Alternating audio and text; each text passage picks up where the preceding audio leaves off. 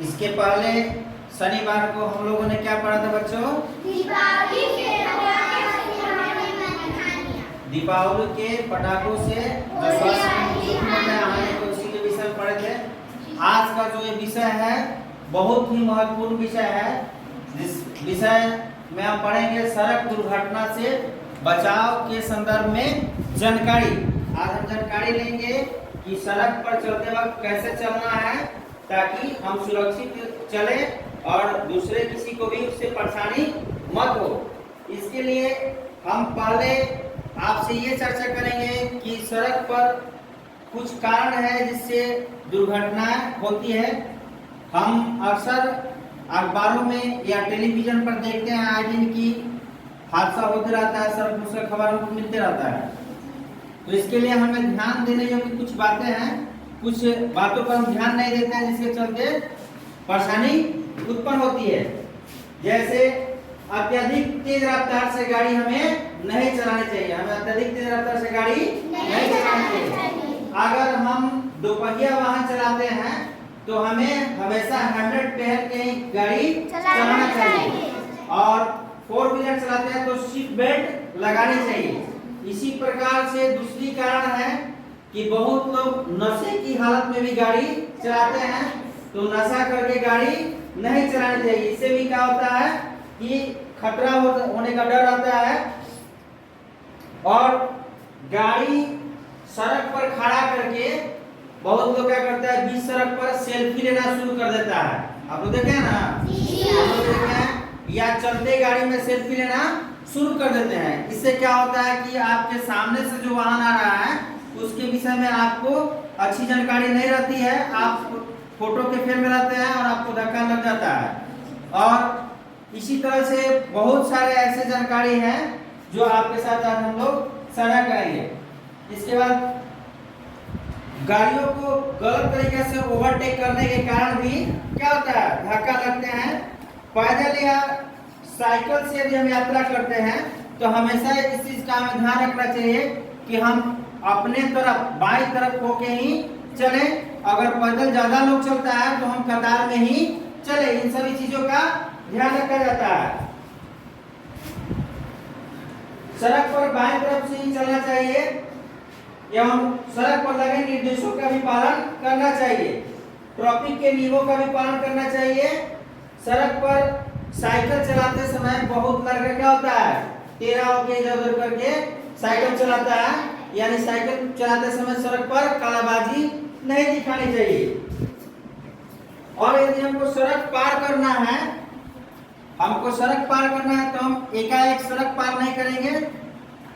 आप देखिएगा सड़कों पर अक्सर जेब्रा क्रॉसिंग बना हुआ होता है, देख रहे हैं बोर्ड पर इस तरह का पट्टी बना हुआ होता है रंग के, वहीं से हमें सड़क पर पार करनी चाहिए। पार करते वक्त ये चीज हमेशा ध्यान रखना चाहिए कि कोई सामने से गाड़ी तेज रफ्तार में तो नहीं आ रही है, या बाएं और दाएं तरफ भी देख के हमें सड़क पार करनी चाहिए। इन सभी पहलुओं को अगर हम ध्यान में रखेंगे तो बहुत हद तक हम सुरक्षित सफर कर पाएंगे।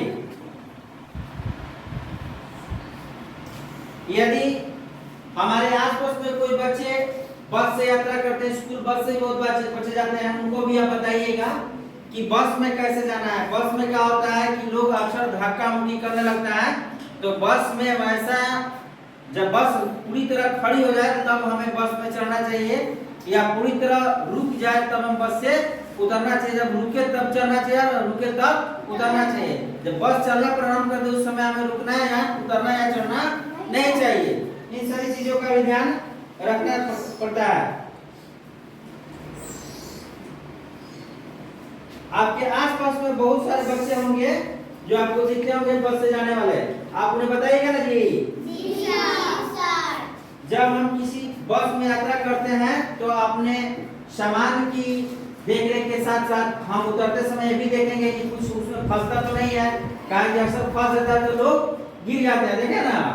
और कभी भी हम किसी भी वाहन में हो तो अपना अंग जो है ठीक से सामने चेहरा करके बैठेंगे। बस या गाड़ी के बाहर निकालकर हम हाथ या पांव नहीं रखेंगे। इस तरह से हम सुरक्षित यात्रा कर सकते हैं।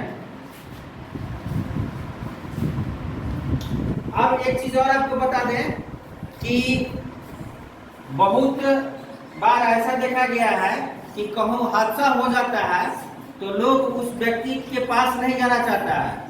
हादसा के समय कुछ समय का जो समय होता है, आधा घंटा 1 घंटा, जो बहुत इमरजेंसी समय होता है, उसमें अगर पीड़ित को अगर बचाया जाए, किसी नजदीकी अस्पताल में भर्ती करा दिया जाए तो बच सकता है। लेकिन अक्सर ऐसा पाया जाता है कि बहुत लोग अनदेखा कर देते हैं।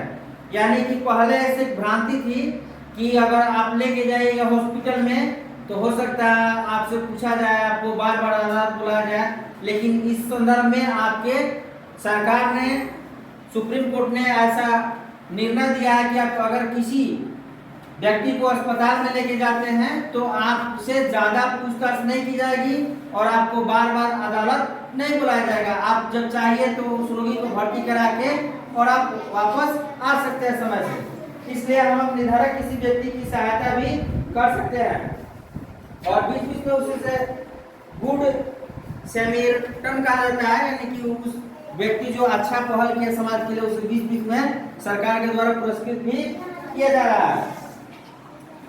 तो हम इसके अलावे बहुत रोडों पर सिग्नल होते हैं, आप देखे हैं शहर वगैरह में। इस सिग्नल का प्रयोग आपके यातायात में सुविधा पहुंचाने के लिए किया जाता है।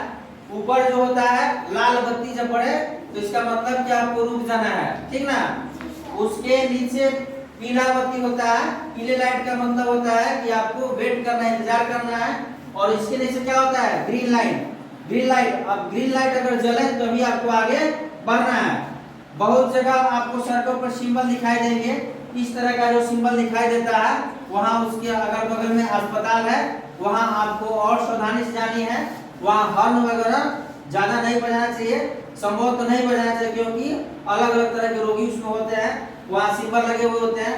और ऐसा जहाँ क्रॉसिंग का जहाँ सिंबल होता है वहाँ ये रहता दिखाता है कि आपको वहाँ रुकना नहीं है, आप वहाँ से बढ़ जाइए। विद्यालयों के पास भी बोर्ड रहता है, देखे हैं सड़क पर आप एक एक संकेत को देखिएगा तो आपको सभी संकेत आपसे बताएंगे कहाँ क्या करना है। अगर आप ध्यान से उसको फॉलो करके चलेगा तो किसी प्रकार का दिक्कत नहीं होगा। जहाँ स्टॉप लिखा हुआ होता है वहाँ आपको रुकना है।